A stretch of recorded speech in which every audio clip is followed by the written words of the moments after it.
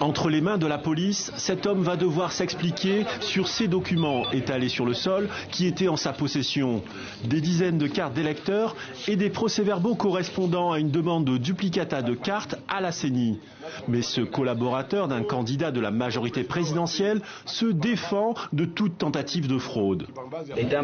Notre état-major m'a envoyé à la CENI pour y déposer ses PV et revenir ensuite pour restituer les cartes aux propriétaires. Mais en route, un des propriétaires m'a appelé pour savoir si j'avais sa carte.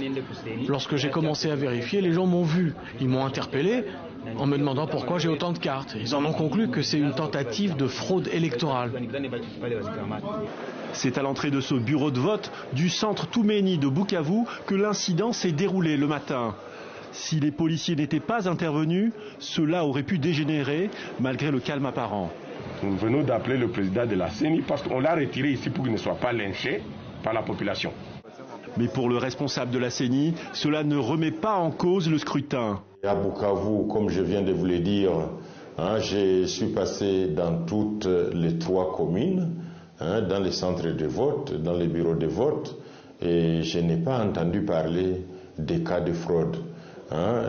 Une fraude simple et par surcroît, une fraude massive. Je n'en ai pas entendu parler.